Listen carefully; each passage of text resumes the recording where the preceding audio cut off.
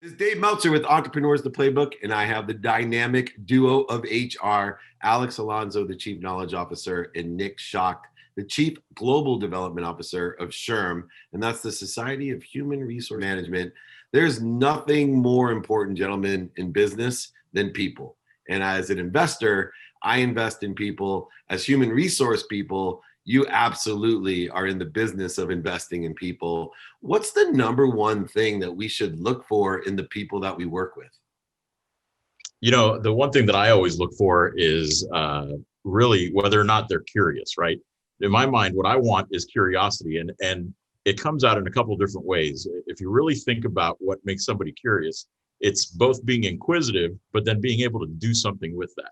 So, as you think about that, I really think about what a people manager can do to kind of cultivate that. So from whether you're thinking about an entrepreneur or you're thinking about someone who's really just an individual contributor, either way, you're looking for that kind of inquisitiveness that really stands out.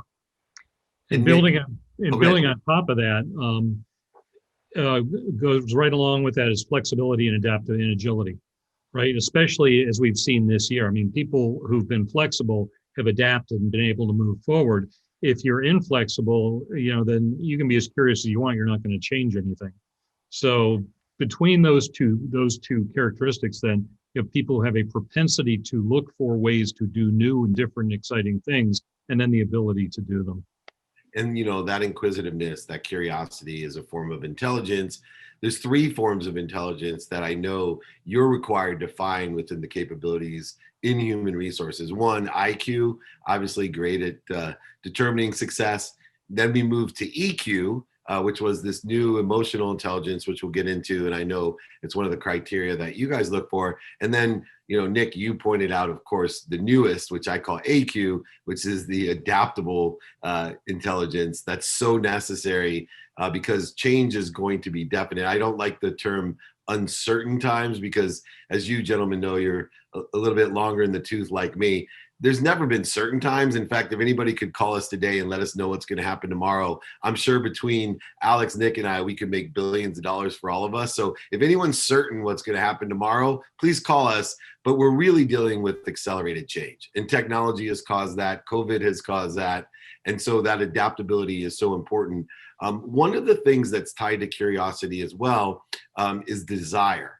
And I have found, it's something I look for when I hire. It's something that I look for while they're working with me as a collaborator to work with me. How do you determine the initial desire, and then how do you maintain that desire throughout the process? Well, you can start by looking at if you're talking about the employee life cycle, right? So we're talking about talent acquisition where somebody comes into the organization, and let's begin there. Just how an individual approaches the hiring process gives you a sense of desire. Is the individual that you're speaking with somebody who's taken the time to learn about your organization? Do they come in with questions? Do they have a desire to know how they can contribute to the organization, and correspondingly, what the organization is going to do to help them advance their career and develop themselves professionally? Do they follow up effectively? Do they follow up professionally? I have a 20-year-old daughter who's interviewing for internships for next semester right now. She had a wonderful interview yesterday. I was like, well, you wrote a thank you note, didn't you? She was like, wait, I'm supposed to do that? And so we did that, that coaching session just before coming on this discussion. But having that desire to engage and to be part of it and to learn is a really good way to start, I think. I mean, Alex, pile in here. Yeah, it's funny because it makes me think of two things. One is it takes me back to high school and my high school football coach who said, I can teach anybody the how to. I can't teach anybody the want to, right? Mm-hmm. And so if you think about that hunger, it really manifests itself in a couple different ways. One, when you're thinking about that curiosity, you get people who really will ask questions. But when I actually think about this, what I look for is somebody who's going to ask that second, third, and fourth question.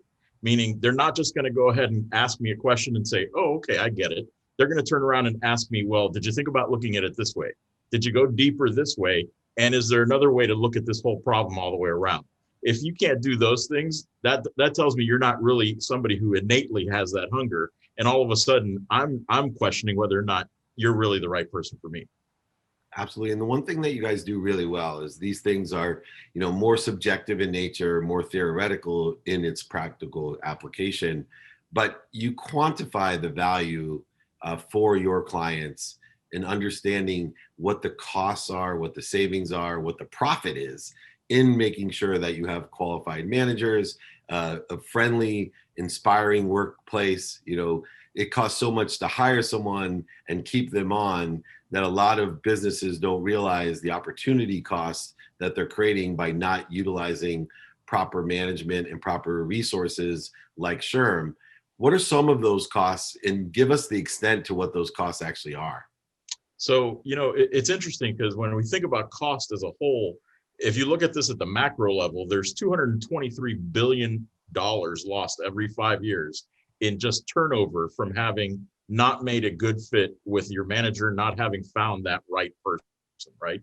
And what we find is that it gets worse, or it's exacerbated when you're talking about a toxic fit or something that really goes way, way awry.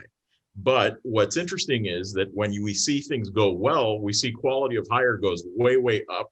So ratings around quality of hire go way, way up. And we see the productivity almost triples according to hiring managers when they've got that right fit. The other thing that we see is that in particular, we see that there is a lesser spend on some core activities that we see all the way around. You spend about less per dollar or less per activity or initiative when you're thinking about innovation. You're probably spending about 58 cents to the dollar that every other organization is trying to cram into research and development, innovation, and those kinds of things. So you see some efficiencies all the way around. What strikes me though is it's all stuff that's preventable. It's things that we could have done way up front just by doing a little bit of due diligence and having done the right way. You could have prevented all this opportunity cost. And then beyond that, you could have managed your costs, your operating costs much more effectively. And speaking of self-inflicted wounds, I mean, another bit of our research found that when we interviewed HR professionals, they estimate on average that 30% of their time is taken up essentially fixing stupid people tricks caused by managers. Things that managers should have done but didn't, or shouldn't have done but did. I mean, you take every episode of The Office and cram all of Toby's stuff into it, and this all falls into the stupid people tricks category, right? But think if we had managers who avoided a lot of those pitfalls because they actually got a manual, they got trained when they became managers, and here are the basics, here are the real things to look out for. Here's where the quicksand is, and all of that. Starting off, you wouldn't eliminate all of those situations, but you could reduce the occurrence substantially. That improves the employee experience, that improves the efficiency of managers, and improves the effectiveness of the HR function. So there's like a triple threat benefit there. Yeah, and I think exponentially 35% is probably a conservative estimate. I've been in refixes and reengineerings of 85% of the time is fixing really dumb things that are occurring in the workplace that could be avoided. What are some of the biggest skills or competencies that are lacking within an organization, especially in the context of the managers? What do you see is missing? Well, the three main areas where new managers fall down, because when you get into experience management, it's all over the place, but there are common baselines for new managers. The first is the basics of what does it mean to be a manager? What does it mean to own that? What are your responsibilities as a manager? We were talking about AQ, adaptability quotient, and the omnipresence of change. The reality is any organization that's not changing is dying.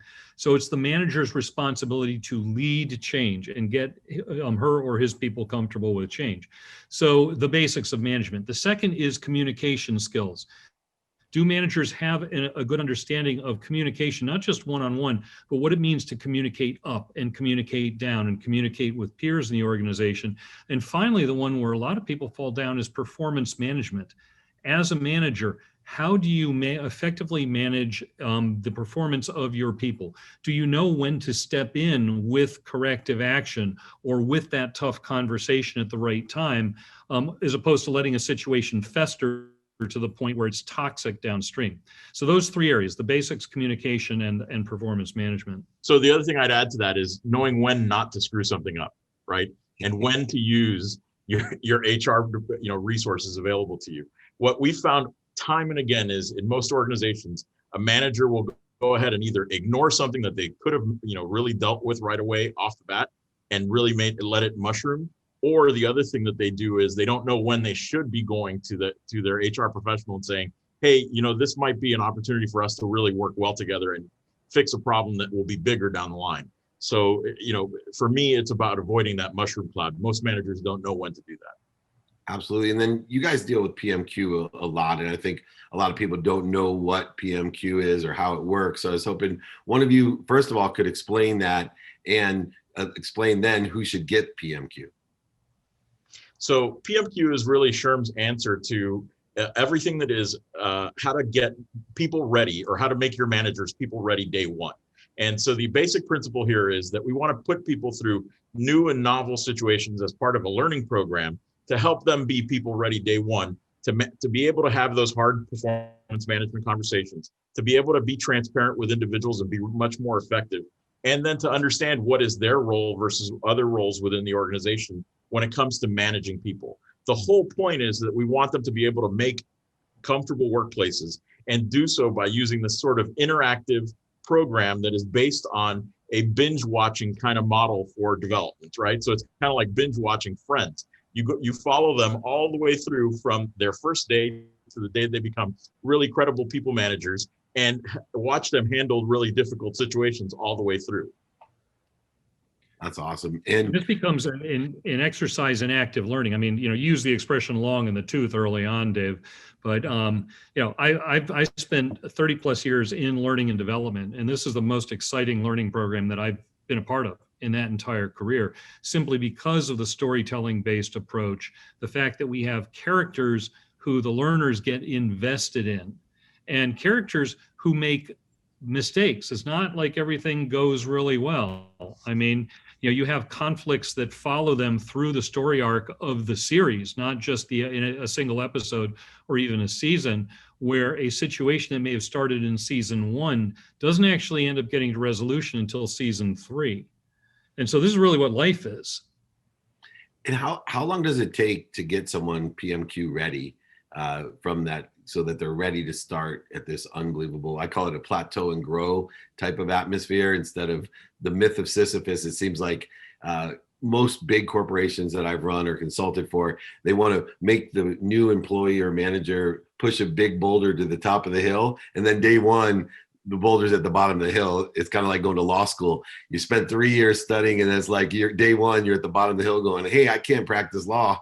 What the heck's going on? How long does it take to get someone day one ready? So this is a self-paced program. The learning elements are about 12 hours. Now there's a depth of exploration. Some people can spend maybe more time than that, but nominally about 12 hours to get through all 28 episodes. There's a knowledge assessment at the end of each of the 3 seasons. And then finally, at the very end, the PMQ assessment is a behavioral assessment where the learner is actually then put into the situation of the story flow narrative and has to make decisions alongside the characters and is rated on the quality of those decisions. In total, the entire experience is targeted at about 15 hours. Given that it's self-paced, we suggest that people do it over 3 to 4 months, but we've had people do it in as little as 3 days. So, and the nice thing is it can be done remotely, so it fits into some of the challenges that we face today, which has made SHRM even more popular within the context of these companies being able to have it self-regulated from a home. Yeah, and think about it from an entrepreneur or business operator's perspective, right? Would you give 12 hours of your team's time to make sure that you're eliminating 80% of that potential waste, all that stuff that people would end up doing? I'd give up 12 hours of my team's time if they just got out of my hair and didn't cause more problems from time to time. Well, you can see what happened when they didn't get out of your hair, Alex. But well, just remember, Alex, grass doesn't grow on a busy street. So I'm always looking for people with no hair. They're the people that are the wisest. I want to be an intelligent follower. I'm going to share a quick story because I think it applies to why I believe so many companies should work with you. I went to an energy of money workshop. And it was a 2-day workshop. And I came back and I told my business partner, you're not gonna believe it. I have literally doubled the amount of money I made once I shifted my energy of receiving and understanding the currency of money. He then said, oh, great, we should have it for all 100 of our employees. Now, as much as it meant to me, and this is where I think your biggest hurdle is of getting people to understand the value of what you do. I said to my business partner, oh no, I can't afford to give 2 days of training to all 100 employees. Like, we can't afford to do that. And he literally looked at me and said, you just told me you made twice as much money. If every employee would double the amount of money they made for us, who cares about 2 days? This is the story that comes to my mind about what SHRM does, is that people cannot have their blinders on and just think about the 15 hours or the initial expense. Can you walk me through, the benefit quantitatively that you've experienced, some case studies of how much money, forget the time it takes, forget the money it costs, where is that quantitative value? Because it seems to me, as I'm analyzing it in my head, it's exponential, that you can't see any reason why you wouldn't want to implement it if you have any employees. Because like my dad always said, if you don't like someone, wish upon them employees and overhead, and you just curse them. Yeah. It's interesting because it is a little bit squishy math, right? But if you were to go ahead and look at this from the average perspective, every day that you deal with a difficult problem in HR, you're burning somewhere between $10,000 to $12,000 in resources, right? Whether it be investigating employee relations issues, whether it be trying to recruit other professionals, whether you're engaging in everything that has to do with a culture change across your organization. So now imagine if you had a manager who was able to go ahead and over the course of really what it amounts to a day and a half, prevent half of those issues, prevent half of what comes from an employee relations issue, prevent what happens when you think about, all these kinds of culture clashes that we see in the workplace, the political strife, the political kind of affiliation bias that we're seeing, and discussions around that. If you have somebody who's skilled enough to manage that and you don't deal with that, you're unlocking those, let's say those $12,000 that you spend on average for HR and HR issues to be resourced properly in other ways, finding better talent, finding better ways to accomplish your operations, finding better ways to maximize what it is that you can do as an organization. Now, layer on the notion of the pandemic and what we've seen, right? So for instance, during the pandemic, what we've seen is HR is where innovation has sort of been happening. Why? Because what's happening is we're taking our workforces and trying to map them onto new kind of sustainability imperatives. So let's say that I'm Bacardi and all of a sudden I had all types of people who were mixed drinkers, mixologists, people who worked in distilleries, distillers. Those people are now able to develop new products that don't necessarily deal with what they used to deal with. But if I'm fighting stuff like this is, this person can't get along with that person, or this person doesn't understand what they should be doing on their job, or that person doesn't really fit within the culture, I'm not able to think about how I can make that workforce fit the new need, right? So all of a sudden I've thrown away opportunity all over the place and pushed resources in a direction I didn't need to. And another piece of it is the cost of not having people. So we know from our research that 60% of people who voluntarily leave their jobs do so because they hate their manager. They leave their manager. They're not leaving the company, they leave their manager. So the numbers are different in terms of voluntary attrition in every organization. The time to fill those empty jobs is different, but it can all be quantified. How much does it cost you to have a job empty for a week? If you can then apply a program like PMQ, make managers better, reduce the voluntary attrition due to the managers, then you actually cut that cost of job vacancy to the organization. And this isn't squishy math, it's just very specific math to any given organization. And, before COVID, I'd read and was planning for by 2027, over 50% of the workforce would be freelancers or working out of their homes remotely. And that got accelerated to about 7 months instead of 7 years. And after 5 generations of seeing different benefits and challenges, you guys are sit and do sit perfectly in a space where you can give not only the savings, the cost, and the profit, but also just the knowledge transference of 5 generations of knowledge so that we can take what we know and apply it to the new circumstances that exist today, and even more importantly, for the future. What are some of those challenges or benefits that you guys have found during COVID for human resources that are applicable to multiple companies that you're working with? Alex, you want to lead with the research on that? So the benefits that we've seen in particular is reduced time to fill jobs, right? We've seen things that have to do specifically with reducing the cost per hire. And then we've seen things that have to do specifically with freeing up those HR professionals to be much more strategic, as we talked about, when it comes to like talent acquisition issues.